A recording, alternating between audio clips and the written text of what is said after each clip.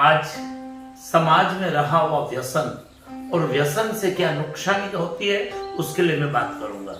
आज हमने देखा है कि पूरी दुनिया में दिखावा चल रहा है।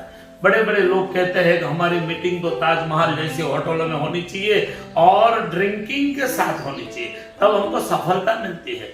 कई ड्राइवरों को हम बोलते हैं भैया व्यसन करते हो, व्यसन से आपके परिवार की बर्बादी होगी, व्यसन से आपके बच्चों की बर्बादी होगी।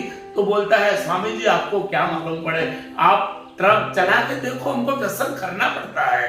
लेकिन मैं ये कहना चाहता हूं कि व्यसन मुक्त जीवन ही सर्वश्रेष्ठ जीवन है। अगर परिवार में सुख पाना है, अगर समाज में सुख पाना है, अगर राष्ट्र और परिवार का निर्माण करना है, तो व्यसन मुक्त जीवन के साथ आप जीना सीखोगे तो आप सुखी ही सुखी हो जाओगे।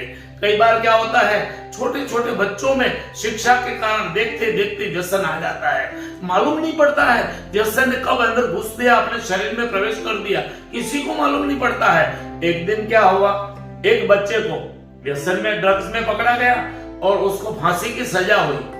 फांसी की सजा के बाद उनको पूछा गया बेटा तेरी अंतिम इच्छा कोई है?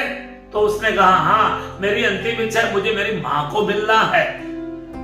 जज ने बोला कि कोई बात नहीं। जब फांसी का समय हुआ और उनकी मां को बुलाया गया कि आपका बच्चा आपको मिलना चाहता है, और जैसे ही बच्चा मां को मिलता है तब उसको जोर से जाके नाक में बटका भर के उनको काट लेता है और बच्चे बोल देता है बे मां अगर बचपन में तूने मुझे नहीं समझाया होता, अगर बचपन में तूने मुझे रोका होता तो आज मेरी ये दशा नहीं होती।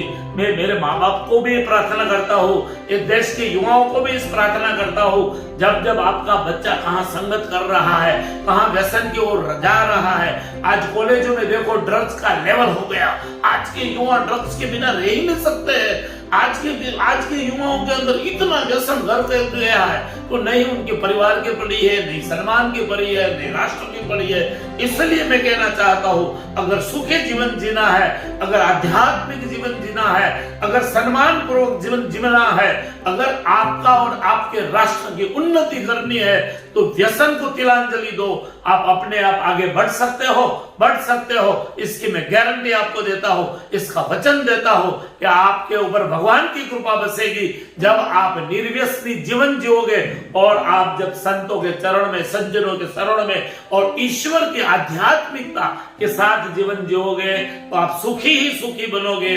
हर एक युवाओं को मेरी नम्र करबद्ध प्रार्थना है, व्यसन मुक्त जीवन जियो और जीवन में विकास की प्रगति को पालो, छू लो। जय स्वामीनारायण।